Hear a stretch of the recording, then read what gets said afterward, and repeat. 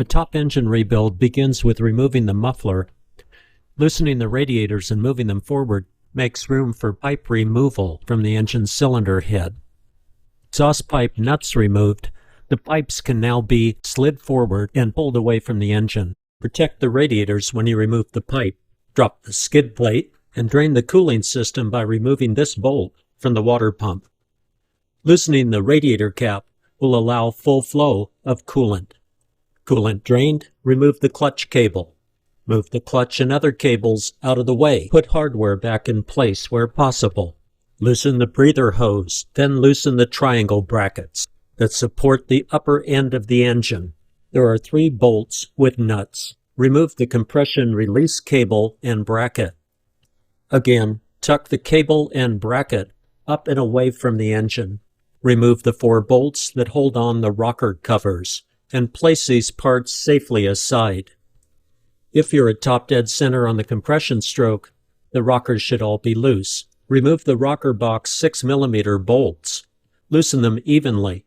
Keep track of bolts with copper sealing washers and make sure they get reinstalled in their proper locations. Remove the 2 8mm bolts last and rock the rocker box slightly to loosen the rocker box from the dowels. Remove the rocker box carefully and don't scratch the mating surfaces. Remove locating dowels. Now carefully remove the chain tensioner, loosening the bolts evenly. Make sure the tensioner slides out freely. You can now remove the camshaft sprocket. There are 2 bolts 180 degrees apart. Make sure you don't drop parts down into the crankcase. Rotate the crankshaft and the camshaft by turning the flywheel. Lift the sprocket out carefully as you remove the camshaft and bearing. Hold on to the bearing. I accidentally dropped it between the chain halves, which is not a problem. The bearing cannot fall into the crankcase from this position. I removed the dowel pin and the bearing with a magnet. Remove the retainer for the oil plunger and spring. Remove dowels and set pins and keep track of their locations. Support the chain, don't let it drop into the crankcase. I use a 6-point deep set impact socket to loosen the 4 14mm nuts. Loosen them uniformly, just a few turns at a time. This will eliminate the risk of warping the head or distorting it during removal. Keep track of the washers. Don't let any hardware fall into the crankcase.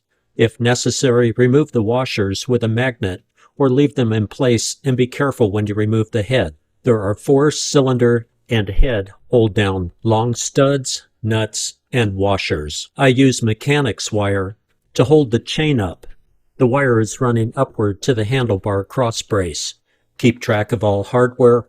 Lay it out so that it can go back together the same way it came apart. Now I gently tap the cylinder head upward with a plastic sand-filled hammer. Use extreme care not to damage the aluminum casting. Loosen the water elbow on the opposite side of the head and remove the carburetor and rubber intake manifold.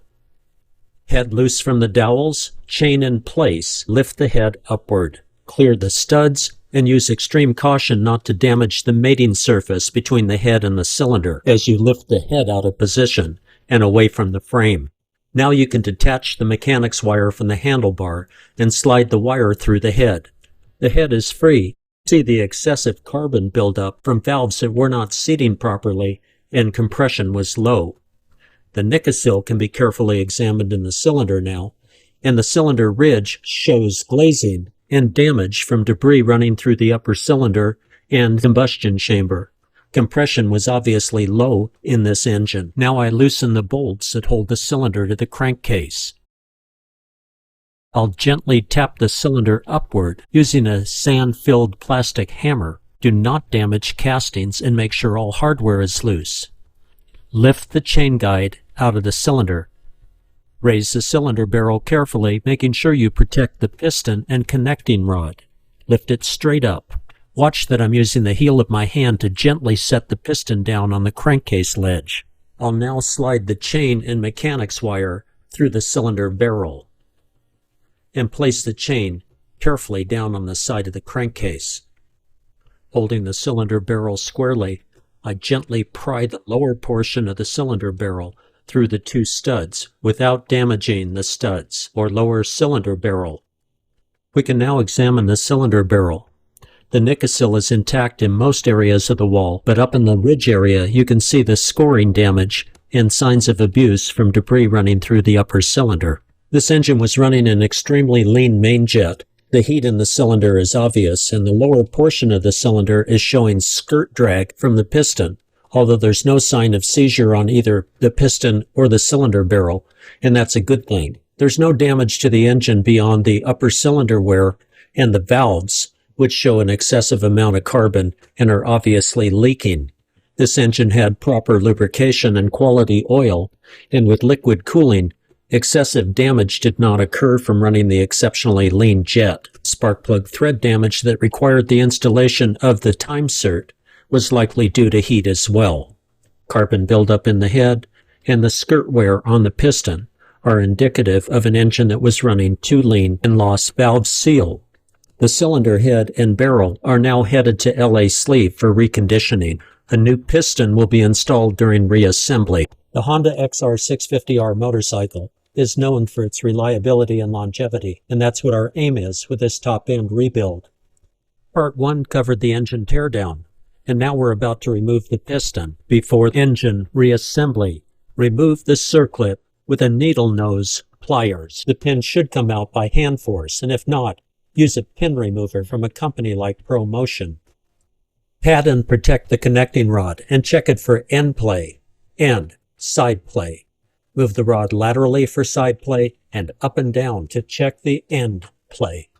The cylinder barrel has been re-sleeved and honed by LA Sleeve. Replacement cast piston from Los Angeles Piston Company will work well in this application. We're looking for longevity and reliability.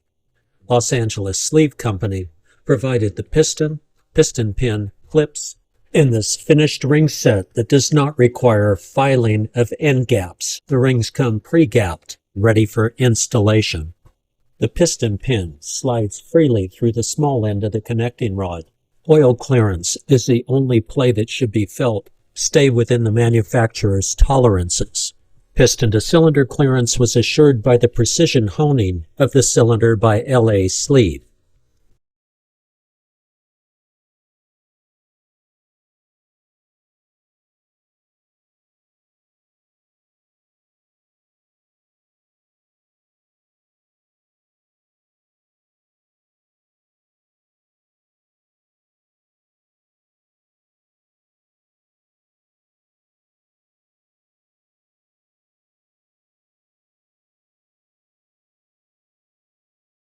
Piston ring removal and installation by hand and with a ring expander. During motorcycle engine rebuilding, pistons and piston rings get replaced. Removing and installing piston rings is part of engine work. Modern motorcycle piston rings can be thin or thicker. These rings are often smaller in diameter than automotive and light truck pistons. Surprising to some, an 883cc Harley-Davidson Evolution Sportster's piston bore is only 3 inches in diameter. Using this Honda XR650R single-cylinder thumper as an example, the piston and cylinder bore are quite large, at 3.94-inch diameter. The piston is nearly the same size as a 60s Corvette or Chevrolet 327 V8. The stroke is actually the same as a 327 at 3.25 inches. The piston rings, however, are much thinner than the 327 V8 rings. These worn Honda rings are in the 1.25 mm to 2 mm thickness range.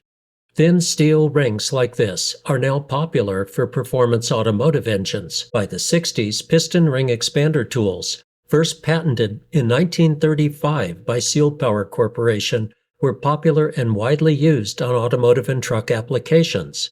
Some mechanics, active at the trade since the Depression era, removed and installed rings onto pistons by hand. As a professional light and medium-duty truck mechanic during the later muscle car era, my hobby interests had me working around race crews and performance engine builders. During my career as an automotive mechanic, journalist, author, and instructor, I discussed and demonstrated the use of tools, including piston ring expanders and ring compressors. My automotive and motorcycle reference library is 4 bookcases packed with factory and professional trade manuals. There is a manual for each automobile, truck, or motorcycle I have serviced, owned, or written about. I go by the book. When it comes to motorcycle engine assembly, manufacturers' guidelines vary. This includes how to remove piston rings, install rings, and compress rings during installation. Using the factory manual for this XR650R, Honda suggests hand expanding the thin piston rings without the use of a ring expander tool. Installing the rings can be a reverse approach. The popular Climber's manual for this motorcycle also illustrates how to hand remove and install piston rings without the use of an expander tool. Climber does mention that using a ring expander tool is optional. The most important concerns when installing piston rings are not to hyperextend or damage the rings, and to protect the piston and ring lands. A ring expander tool requires opening the piston ring enough to drop the ring over the piston. Cast and steel rings can break or become sprung by misusing a ring expander. Often, and especially in the case of thin, modern motorcycle and automotive piston rings, we can remove and install the rings by hand with far less stress and ring distortion if we do not use a ring expander tool. In particular, steel rings and oil expander rails are resilient.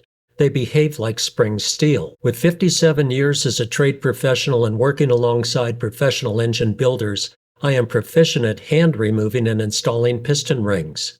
In this demonstration, I will share my method for installing piston rings by hand without damaging the rings or piston.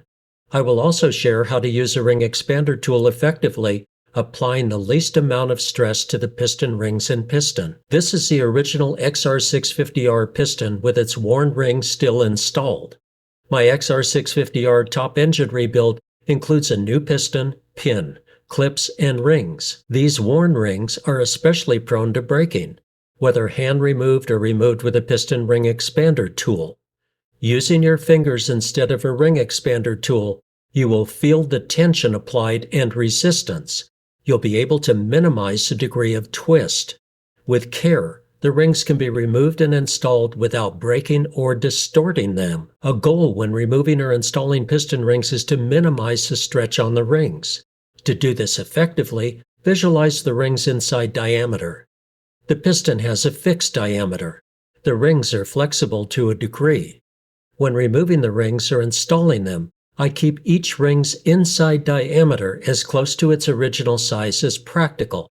This places the least amount of stress on the ring and reduces the chance of breaking or distorting it. Following the piston ring installation method illustrated and described in the Honda XR650R factory shop manual, you can hook the ring in the ring groove, protect the piston's ring lands as the ring enters the groove. Once started in the groove, the ring's radius and diameter will stay smaller. There will be less stretch and stress as the ring drops over the piston crown. Aside from the risk of breakage, an overly expanded piston ring can be awkwardly distorted. Compared to out of the box, after installation on the piston, a hyperextended ring can wind up with a wide gap and bigger radius or diameter. This is especially true when using the typical piston ring expander.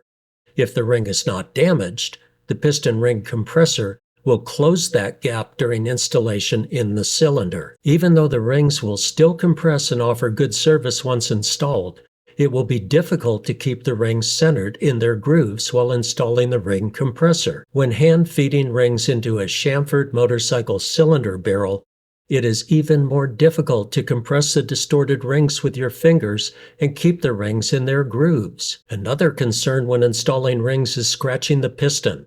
The square ends of the ring are sharp. Rings are hard material. Alloy pistons are comparatively soft. When moving the rings end down the side of the piston during installation, I hold the ring end slightly away from the piston to prevent scratching the piston surface. My goal is to keep the ring's diameter as small as possible during this process. An effective way to do this during hand installation is to place one ring end in the piston groove and holding it there with a thumb. Carefully work the ring into the groove while expanding the opposite or open end of the ring just enough to allow the piston ring to slide into the groove. The open end remains above the piston crown as long as possible during this process. The piston ring twists some, but is under far less stress than expanding the ring with an expander tool. Most expander tools can only install a ring by making the ring's inside diameter as wide as the piston's crown diameter. Especially in the case of these thin steel Honda motorcycle rings, the slight torsional twist will not affect the ring. Each ring will spring back to flat as the ring fits into the groove. Traditional cast iron rings are more vulnerable to breaking. The hand installation method actually minimizes the amount of stress and distortion. Watch how I keep the radius of the ring's inside diameter, as small as possible. This radius is way smaller than a ring stretched out by a piston ring expander. If the piston ring must move far down the side of the piston, I will walk the oil expander rails or a lower compression ring down the piston. The ring or expander rail gets installed in the top compression ring groove. I then move the oil expander rail or lower compression ring down to the lower compression ring groove, and from the lower compression ring groove, I move it down to the oil expander groove. This keeps ring twist and expansion to a minimum. Keep in mind the whole time that the root of the piston's ring groove is a smaller diameter than the piston's outside diameter. I take advantage of this by hand feeding the piston ring into the groove as the ring drops into place. This minimizes the radius of the stretch, which I always make the goal. Minimize distortion and twist and use care not to scratch the piston with the ring ends. This way, the ring goes into place with the least amount of stretch or risk of distortion. Then there is the use of a ring expander tool, which has its place. Some motorcycle manufacturers and ring makers recommend the use of an expander tool, typically for thicker piston rings. Harley-Davidson is among those motorcycle manufacturers. Refer to your factory workshop manual for recommendations. If you have limited or no experience with an expander tool, practice on an old piston and rings before installing new rings on a piston. Among my concerns about using a ring expander is the lack of feel for the pressure being applied to the ring. Avoid overstretching the rings and distorting or breaking a ring. Get a sense for how to apply the least amount of force. Constantly keep the expander diameter of the ring as small as practical. Spread the ring just enough to get the job done. As for the type of expander tool to use, I have my preferences. There are tools with wedge-shaped troughs to capture the ring ends. The tool with flat, smooth faces will not mar or chip the ring ends. The jaws simply fit between the ring ends. There are also ring expanders that support the outer shape of the ring, which can be useful for larger diameter, thicker rings. Here I am using a ring expander for universal use. For your tool choice, ring expanders are available from Lyle, OTC, and many other brands. When spreading a ring with an expander, you want to keep the ring on a level plane and not allow it to shift out of alignment. This tool, by design, helps keep the ring flat. Again, the goal is to minimize distortion or stretch. Keep the ring at its smallest practical diameter during the installation and removal process. It is easy to use a flat-faced or side grip ring expander. When using an expander with wedge-shaped troughs, the ring ends can chip, or the ring's face coating can be damaged at the ring ends. Many use these wedge trough expanders without an issue. It's a personal choice. Whether you use a ring expander tool or install the rings by hand, be aware that used, worn rings are often very sharp.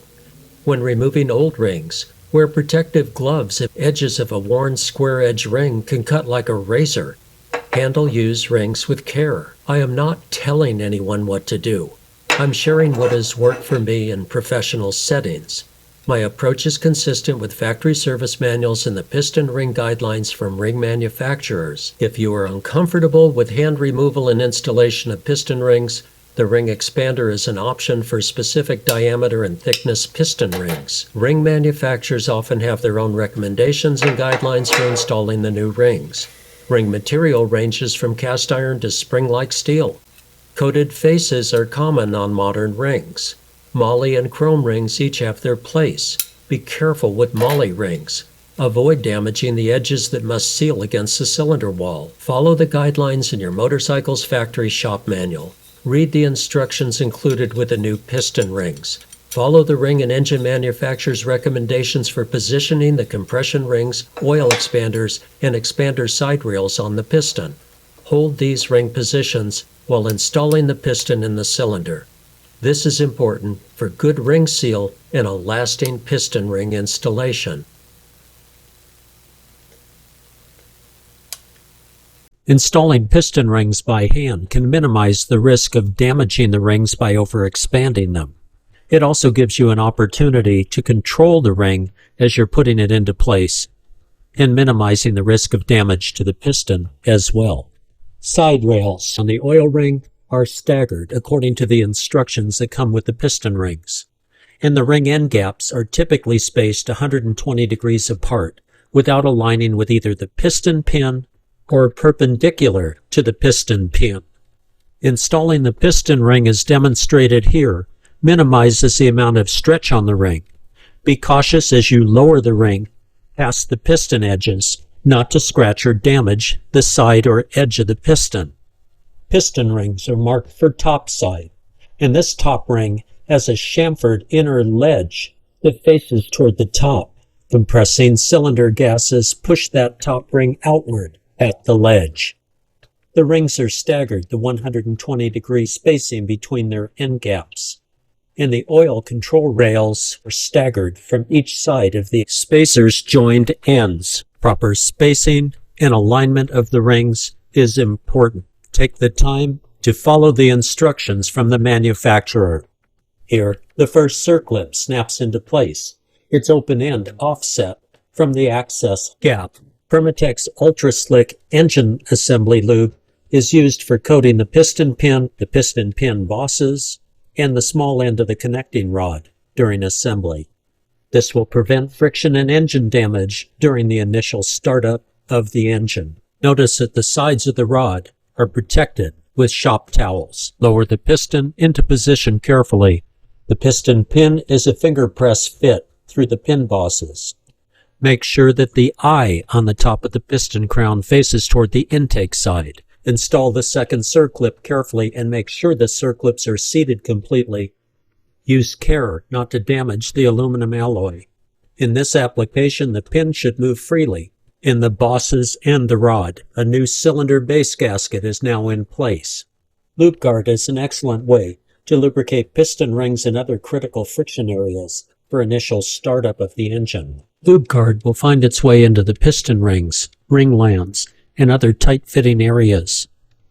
An excellent lubricant for both engine and transmission work, Lube guard is also an excellent oil for the freshly machined cylinder wall crosshatch. The piston, rings, and the cylinder are now ready for assembly.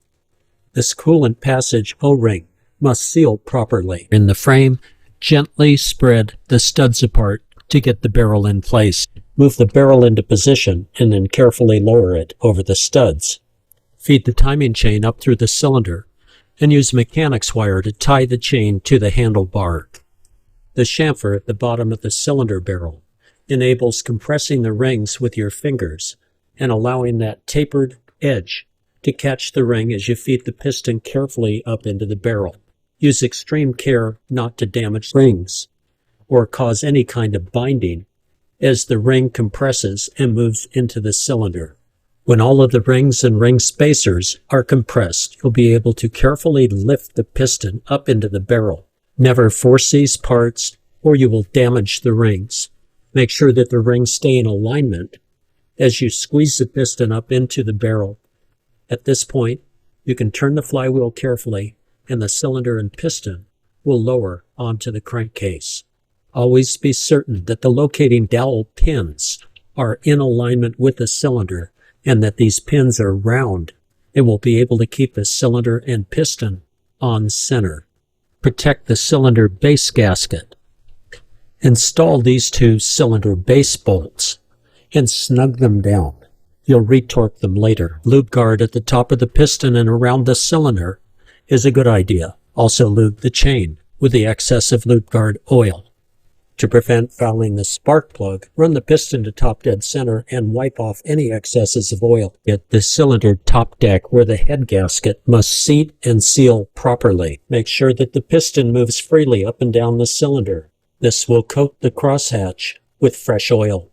Keep wiping off the excesses of oil and make sure that the deck surface is completely dry before installing the head gasket. Install the timing chain guide. Make sure that it notches properly and seats in the crankcase and the cylinder.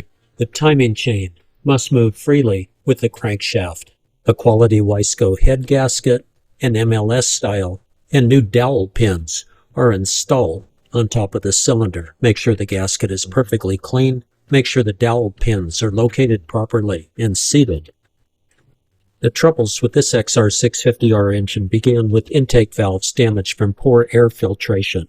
LA Sleeve completely rebuilt this cylinder head and installed 2 new intake valves, reground the exhaust valves, and refurbished all other parts before surfacing the head, which will mate perfectly with this new head gasket. This MLS Wiseco head gasket assures a perfect seal on this liquid-cooled engine with 10-to-1 compression ratio. Carefully seat the head.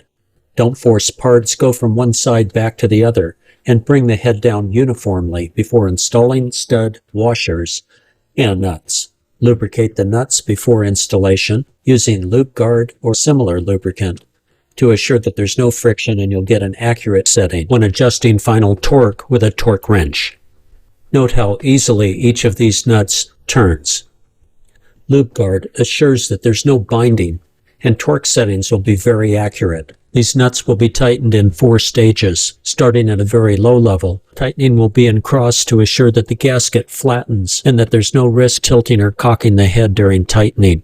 Torque will be uniform and brought up gradually in 4 distinct stages. To reach a final torque of 49 foot-pounds, we began at 15 foot-pounds, went to 30 foot-pounds, then to 40 foot-pounds, then to 49 foot-pounds. Once at 49 foot-pounds, the nuts are allowed to rest, and then 49 pounds is rechecked 2 more times to be certain that the nuts are holding their torque. This uniform and rechecked torque will assure that this MLS Wiseco head gasket will seal properly and for a very long time. Unlike other head gaskets, this Wiseco MLS gasket will not only seal well, but does not require retorquing. This is a major asset considering how much work is involved in removing the cylinder head cover on these engines. Always use a quality torque wrench, whether a click type, flex bar, or digital readout torque wrench. The wrench must be accurate and should be checked for calibration periodically. Whether you step up for forged pistons or other high-performance items, the quality of gaskets is crucial. You don't want coolant or oil leaks in the middle of nowhere or to find that the engine has to be torn down at some time prematurely. Gaskets and seals of high quality are always a good investment and your assurance that the engine will be reliable when you need it to be. Extra time spent with torquing and tightening fasteners to specifications listed in the Honda service manual is time well spent. A practical approach is to visualize where you're going to be riding this motorcycle. And in the case of a Honda XR650R, you could find yourself in remote country awfully fast. Given that, you don't want to cut corners here. This is how to be sure that a head gasket will not fail in service. The next step is a plunger assembly that's part of the auto decompression system. Here, we're installing the plunger and spring and snap ring. The snap ring is fragile. Be careful when you're handling it and installing the snap ring in the bore. The original equipment camshaft on the Honda XR650R uses an auto decompression system. For a variety of reasons, we chose a replacement camshaft from Hawk Cams. This is a Stage 1 camshaft that will be used in place of the original equipment auto decompression camshaft. Here, ultra-slick engine assembly lube is placed on the lobes of the camshaft to prevent damage during the initial startup. Here are some tips for placing the Honda XR650R piston at top dead center, TDC, for setting the valve timing. Setting valve timing always begins with the piston at top dead center, or TDC. TDC is when the piston is at its highest point in the cylinder. Rotate the crankshaft in its normal direction of rotation until the piston reaches its highest point. With the rocker cover and spark plug removed, The following illustrations cover the common methods for placing the XR650R piston at TDC. Note that if the timing chain tensioner is not installed, you should be sure to rotate the crankshaft in its normal running direction when bringing the piston to TDC. Bring the piston up slowly and stop at TDC. If you pass TDC, rotate the crankshaft another full rotation and bring the piston slowly up to TDC. A caution: do not allow the timing chain to bind or jam up while rotating the crankshaft. Use care and keep the chain engaged with the crankshaft sprocket as you rotate the crankshaft. If the cylinder head is installed, you can shine a bright light down the spark plug threaded hole as you watch the piston rise slowly. Turn the crankshaft very slowly in its normal running direction until the piston just reaches the highest point in the cylinder, with the left side cover, the stator cover, removed. Another method is to rotate the crankshaft by turning the flywheel by hand. Bring the piston slowly to the highest point in its travel. This is TDC. You will find a mark at the back side of the flywheel that indexes with a reference point on the XR650R engine crankcase. When setting valve timing, always rotate the crankshaft in its normal running direction. Rotate the flywheel counterclockwise as you look directly at it. If the stator cover is in place, you can use the factory T mark on the flywheel as your TDC piston reference. Finding TDC for valve timing is just like finding TDC for ignition spark timing. You observe the flywheel T mark through the spark timing verification hole in the side or stator cover. If the stator cover is in place, remove the timing plug from the side cover and watch the rotation of the flywheel through the spark timing inspection hole. When building a racing engine, piston TDC can be measured precisely with a two-stroke engine timing tool and a dial indicator through the spark plug hole. For setting the valve timing on an XR650R engine with a stock, non-adjustable timing sprocket, you can establish piston TDC with just a visual check. Note the degrees of spacing on the camshaft sprocket teeth. If the piston is 1 or so thousandths of an inch above or below TDC, this will not cause a valve timing adjustment error with the stock timing sprocket. Try to be as accurate as possible and keep slack out of the timing chain on the normal pull side. By rotating the crankshaft slowly, you can keep tension on the pull side of the timing chain to get an accurate valve timing check. If the piston goes past TDC, be sure to remove any slack from the pull side of the timing chain while returning the piston to TDC. If unsure, turn the crankshaft backward 90 degrees, then bring the piston back to TDC very slowly. Slack will pull out of the chain as you rotate the crankshaft in its normal rotational direction. Always recheck valve timing after you install the timing chain tensioner. Turn the crankshaft several rotations, at least 3 complete rotations, and then bring the piston up slowly to TDC. Verify that the timing marks on the sprocket are in line with the cylinder head rocker box parting line. When looking directly at the valve timing marks on the timing chain sprocket, the E or EX faces to the right. The I or IN faces left. This refers to the exhaust and intake valve locations in the cylinder head. Done properly, the piston will be at TDC. The camshaft lobes will be facing downward. The timing sprocket marks will align with the cylinder head rocker box parting line, and the timing chain will have no slack on its pull side, the side facing toward the front of the motorcycle. The Stage 1 camshaft does not require the auto decompression plunger. That gets removed in this case. Otherwise, the camshaft installation is identical to the stock cam. Here, Loctite 242 is applied to the screws that hold the camshaft timing sprocket in place. Loctite 242 is absolutely essential. These screws cannot come loose. Here is the top dead center timing mark with the stator cover removed. Make sure the camshaft lobes are facing downward. With the piston at exact top dead center, the sprocket should align with the E to the right, the I to the left, with the camshaft lobes facing downward. A universal 2-pin spanner can be used to hold the sprocket. Rotate the flywheel counterclockwise and always tension the chain on this side as you check the timing marks. The front bearing stops against the stop pin. Install new O-rings and seals. This is an original equipment Honda part. The O-ring is on the passageway between the cylinder head and the rocker cover. This is a timing chain tensioner. A small screwdriver can be used to retract the plunger. Use Loctite 242 on the threads of the bolts, and Permatex Ultra Slick engine assembly lube on the plunger tip. Make sure to retract the plunger when starting the screws and tightening the screws. Avoid putting a strain on these threads. They are going into an alloy cylinder and could be easily stripped. The tensioner is tightened evenly, one bolt and the opposite bolt, a small amount at a time, with the plunger retracted for each new set of the threads. The gasket has been coated lightly with Permatex Superflex to assure that it will seal properly without sloughing sealant into the engine.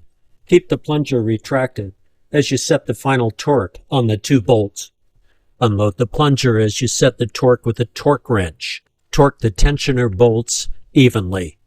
Now you can load the tensioner and install the plug and sealing washer into the tensioner end. Snug up the plug to prevent seepage of oil. Recheck the torque on the lower cylinder bolts. Make sure the timing is aligned properly. With the piston at top dead center, check the marks, E to the right, I to the left, with the tension on the correct side of the sprocket and the camshaft lobes pointing downward. Place a dab of Permatex Ultra Slick on the tips of the valve stems. Spray lube guard on the valve stem and spring areas for initial startup of the engine. Coat the timing chain sprocket and timing chain with lube guard or similar thin oil. Confirm the valve timing with the piston at top dead center, lobes pointed downward, timing marks aligned. Dab Ultra Slick on the rocker arm tips. Lucas break-in oil with zinc is important. Added in the right proportion for the crankcase capacity, this oil will help with camshaft lobe break-in. Use gasket cinch or recommended sealant between the rocker box and the cylinder head. Coat evenly and not in excess. You don't want sealant to slough off into the engine and find its way to the oil pickup screen. Make sure that there will not be any leaks between the rocker box cover and the cylinder head. 2 even coats would be advised. Gasket cinch can even set up for a few moments before installing the rocker box cover. Wipe off excess and any drips. Make sure that the gasket cinch is evenly coating the rocker box and the cylinder head contact surfaces. Gasket cinch is easy to wipe up and remove. Make sure the camshaft bearings are seated and pull them to the outer edge of the bearing saddles. Make sure the dowel pins are in place and that they're round and true. A thin and uniform coating of gasket cinch on the camshaft end plug assures a leak-proof rocker box installation. Set the rocker box in place carefully to avoid smearing gasket cinch or equivalent sealant. Coat bolt threads with sealant thinly and uniformly. Make sure sealing washers are in top condition or replace them with new. These are the 2 larger bolts at the center of the rocker box cover. Use care when starting bolts in the alloy threads. Bolts are in graduated sizes and lengths. It's easy to identify the outer bolts by their slight oxidation. The 2 bolts without oxidation on their heads fit inside the rocker box covers. Account for all hardware. One way to avoid confusion is to set the hardware aside in exactly the same positions as the original installation. Use a piece of cardboard and make a pattern. Press the screws and bolts through the cardboard in the positions that they originally came out. This will help during the installation to keep the hardware separated and ready to go back in its proper place. The standing height of the bolts is an indication of how much thread each bolt will penetrate. Make sure this is uniform and very clearly that you have the right bolt and sealing washer in the correct location. The first bolts to tighten are the larger ones at the center of the cover. You'll make them snug, not tight at this point. Just take up the threads. Torque should be set in 4 distinct stages, following a cross pattern, beginning with the larger bolts and working your way out in cross from the center to the outer edges of the rocker box. Take up bolts evenly. These are precisely machined mating surfaces. You don't want to warp the rocker box cover. Uniformly and snugly, tighten up bolts in the cross pattern, working your way from the center outward in cross. Take your time here. Keep the 100-mile from nowhere rule in mind. 100 miles from nowhere. Do you want any leaks or problems with the rocker box cover? As you seat the bolts, be certain that the rocker arms move freely. To get the proper torque settings, you don't want the rocker arms to be tensioned against the valve springs. Now, the torque wrench comes into play. The sequence remains the same, working from the center bolts outward in cross. Note the torque for the different sized bolts and bring them up in steps and stages. 3 or 4 graduated steps assure an accurate and uniform final torque setting. Larger bolts can be tightened with a foot-pound torque wrench, while the smaller bolts are best tightened with an inch-pound torque wrench. In these torque ranges, that would be a 1/4-inch drive inch-pound torque wrench and a 3/8 drive foot-pound torque wrench, as shown here. Always make sure that your torque wrench is accurate and in calibration. Quick type, beam bar, or the later LED light readout torque wrenches can each be accurate. Make sure your wrenches are in calibration. Work your way up to final torque in graduated steps, always using the cross pattern and starting with the center bolts, working your way out to the outer edges of the rocker box cover in cross. Especially with alloy threads, common to motorcycle engine assemblies, always be careful when tightening. Never over-tighten and recheck the torque rather than over-tightening the bolts. After reaching the final torque setting in cross, allow the hardware to set for a few minutes and then re-torque all of the bolts in sequence and in cross. This assures that all hardware is seated properly and will seal the cylinder head and rocker box cover. Valve adjustment is an important part of motorcycle maintenance. Whether rebuilding the top end of an engine or performing routine service, valve adjustment is a critical part of the process. The Honda XR650R motorcycle engine is a 4-stroke with conventional rocker arms and adjusters. With the piston at top dead center on the compression stroke, you can check the clearance between the rocker arm adjuster and the tip of the valve stem. Use a box end wrench to loosen the lock nut on the adjuster. Back the adjuster screws off enough to insert the blade 0.6 of an inch feeler gauge. On this 4-valve engine, both intake valves open and close simultaneously. Valve adjustment is always performed with a completely cold engine. For this engine application, a 45-degree feeler blade is essential. Insert the blade parallel to the valve stem tip. It should fit flatly between the rocker arm adjuster and the tip of the valve stem. Make sure that the blade is not angled. The idea is to just take the clearance out of that space between the blade and the adjuster. Parallel to the adjuster and the valve stem tip, there should be a slight drag of the blade as you move it back and forth under the adjuster. If in doubt about the slight amount of drag, try a 0.007 feeler gauge and a 0.005 feeler gauge. The 0.005 feeler gauge should feel loose. The 0.007 feeler gauge may not enter that space, and if it does, it will be a tight fit. Learning the sensation of a slight drag is an important part of valve adjustment. When tightening the adjuster lock nut, even with the adjuster screw held steadily, you may discover adjustment is slightly loose, and this is because of the space between the threads of the adjuster and the rocker arm. As you tighten the lock nut, it pulls the adjuster screw up slightly and can sometimes create a looser feel at the blade. If this occurs, you need to tighten the adjuster screw slightly more. Honda calls for 18 foot-pounds of torque on the adjuster lock nut. If you're uncertain what 18 foot-pounds is, use a torque wrench. If you're familiar with the use of a box end wrench and torque, you can tighten the nut securely with a box end wrench. Both intake valves adjusted now, we move to the exhaust valves. Here, the clearance is wider at 8 thousandths of an inch. The engine is still at top dead center on the compression stroke, which means that valves have maximum clearance and the camshaft lobes are facing downward.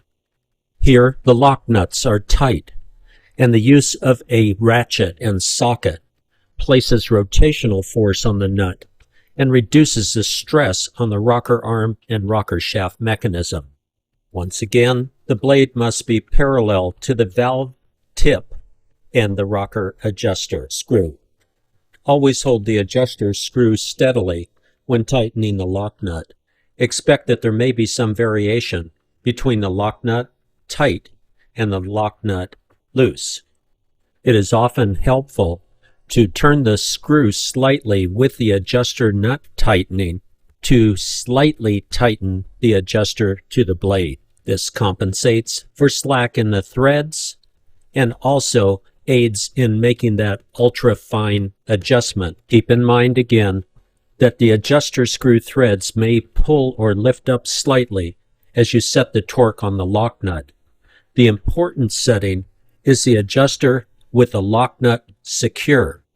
So always recheck the clearance after tightening the lock nut. Slight drag with the blade parallel to the valve tip and the adjuster screw is the goal here. It takes patience to adjust valves. Take your time and make sure that the lock nut is secure before making the final check. Valve clearances are identical between each of the valves. Again, the intake valves have 6 thousandths of an inch clearance. The exhaust valves have 8 thousandths of an inch clearance. This is 0.15 millimeters on the intake side and 0.20 millimeters on the exhaust side. On these clearances, Honda allows a plus or minus of 1/1000th of an inch on the intake and exhaust sides and 0.02 millimeters plus or minus on those valves. If you need to rotate the crankshaft to bring the piston up to top dead center, or to cycle the rocker arms through several rotations to make sure that the arms and all parts are in alignment, lift the rear wheel of the motorcycle off the rack and remove the spark plug. Place the transmission in a higher gear, second or third will do, even fourth, and rotate the tire in a forward rotation very slowly while watching the timing mark come up. Bump the tire gently to bring the T mark into alignment carefully. Use a higher gear to move the flywheel slower. Remember to reduce the amount of tension on the rocker arms if the lock nut is too tight. Use a ratchet and socket for rotational force instead of tugging hard at the rocker arm. If you need to rotate the crankshaft during a valve adjustment, make sure you maintain proper valve timing by rotating the rear tire only in a forward direction. Always rotate the rear wheel in a forward direction to be certain that the timing chain is pulling the valve timing correctly. You want no slack in the chain, while making sure that the camshaft timing is accurate for top dead center on the compression stroke. On this engine, the exhaust valves needed attention because the freshly ground valves and new seats had lifted the valve stem higher in the head. This required loosening the adjusters. Here, a light film of lube guard on the valve cover O-ring helps assure a proper seal and preserves the O-ring. Install the valve covers, tightening screws evenly to prevent warpage or damage to the O-ring or the mating surfaces. Tighten these bolts to 9 foot-pounds torque using your torque wrench. Tighten evenly and in cross and bring the tension up uniformly. This is all part of a periodic valve adjustment that is necessary to compensate for valve seat recession and wear of moving parts over time. Proper valve clearance adjustment assures accurate valve timing and also prevents the burning of valves that are set too tightly. When valve clearance is too loose, there's not enough valve lift, and valve timing duration is also affected. So for maximum performance and maximum longevity of the engine, it is essential that valves be adjusted periodically. The Honda service intervals are every 600 miles or 1,000 kilometers for inspecting the valve clearance. This may not require adjustment during each valve adjustment check. Keep in mind that any major change in valve clearance could be an indication of engine trouble. Valve adjustment is very much a part of four-stroke motorcycle maintenance. Use a new O-ring on the coolant elbow going into the cylinder head. Coat the threads, in this case with gasket cinch. This is a quick way to assure a uniform and equal amount of sealant on a pair of bolts.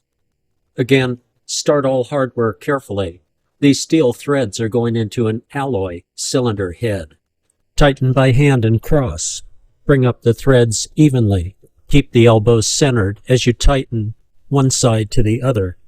Here, an inch-pound torque wrench, click type, works well for final torque setting. Spark plug threads are 19 millimeter or 3/4 inch reach. Make sure you start the spark plug by hand, carefully. Gap the plug properly before installation. When you insert the socket, make sure that you keep it centered over the top of the spark plug. Use a torque wrench for final torque setting and seating the plug against the cylinder head. Final torque is 13 foot-pounds. The stator cover gasket is in top condition. With dowel locating pins, this gasket can be reseated in its original position. Gasket cinch helps renew the gasket surface, making it supple, as well as acting as a sealant. A thin and even coating of gasket cinch will renew the gasket and provide a safe seal. Any signs of wear, or if there is any doubt about the condition of the gasket, replace it with a new gasket. Always renew the head gasket and any O-rings. Gasket cinch is our sealant of choice for these stator cover screws. Start the screws by hand and tighten them snugly in cross. Bring the screw tension up evenly in steps until all of the screws are snug.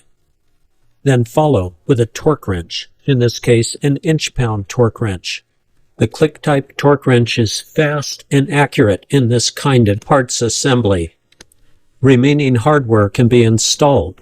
The use of gasket cinch on threads prevents oxidation. Here, this screw is tightened with the bracket held in place. A torque wrench will be used for final torque setting. This 1/4 inch driver doubles as an extension for use of the torque wrench. Check all grommets to make sure they're sealing properly. Install the clutch cable in the original position. This is a good time to adjust the clutch at both the bracket end and the clutch lever. Secure the hold-down bolt and torque the bolt to the proper specification. Once the bolt is torqued, you can check the lever free play to make sure that the clutch lever has adequate movement at this end of the adjustment. Install the compression release bracket. Torque that bolt to specification. This is one of the rocker cover bolts. This non-California model came with the prized open intake manifold. Here the carburetor is inserted into the airbox inlet and pressed outward and then into the intake manifold. Seat the manifold carefully before tightening the clamp. Make sure that the manifold seals completely to keep dirt out of the intake stream. Level the carburetor using the float bowl line as a guide. Secure the clamp screws, keeping in mind that dirt must be kept out of the engine. Snug up the clamps uniformly. Do not over-tighten, but make sure the bands are in their grooves and the seal is complete. Here, the carburetor is checked for level. All cables must move freely without binding. Install the upper engine support brackets between the frame and the top of the cylinder head cover. Use blue Loctite 242 on the nuts. Here, the torque wrench is used as a ratchet. To torque accurately, torque from the nut side and not from the bolt side. Make sure all 3 nuts are secure and at proper torque. Let them set for a minute and then recheck the torque. This bracket must be secure. Be sure that all wiring is in place and out of the way neatly, including the spark plug wire, cables, and other wires. Clean up the exhaust pipe flanges with Scotch-Brite and install new O-rings in the exhaust ports. Permatex anti-seize compound will prevent the flange nuts from seizing.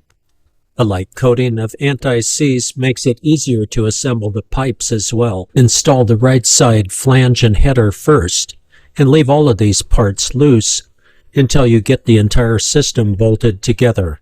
Use care not to damage the radiator fins if the radiator is close to the exhaust flange. Note that this is still loose until all of the pieces are bolted together. Center up the flange in the port before tightening these nuts. Airbox seal is very important. Here we are restoring the original air filtration system to make certain that the airbox, filter, and anti-backfire trap are in place and working properly. The need for a top engine rebuild on this low-hour XR650R Honda was strictly the result of an air filter that was not doing its job. An original equipment Honda air filtration system is more than adequate for our usage. The new filter comes pre-oiled. Note that the airbox restrictors have been removed. This motorcycle is uncorked. The side cover is completely stock to make certain that the seal at the air filter is adequate. The splatter baffle is new and installed carefully. The cooling system is flushed with deionized distilled water. Flushed and drained, the system will be refilled with Honda Premix, ethylene glycol-based antifreeze, without silicates or harmful additives. Valves adjusted and valve covers in place. Inspect the entire engine and all cabling. Make sure all parts are accounted for and wiring is safely routed. Check the cooling system. Make sure the drains and all hoses are intact. Brackets and breather hoses must be in place. Secure the radiator halves and make sure that hardware is in place and torqued properly. Retorque the exhaust flanges to make sure that the exhaust system will seal. Be certain all hardware is in place. This muffler has a low restriction Honda tailpipe, part of the uncorking of the exhaust system. Seat and fuel tank reinstalled, fresh top end, uncorked, with a stage 1 hot cams camshaft. Proper tuning should produce 55 horsepower and approximately 50 pound-feet of torque.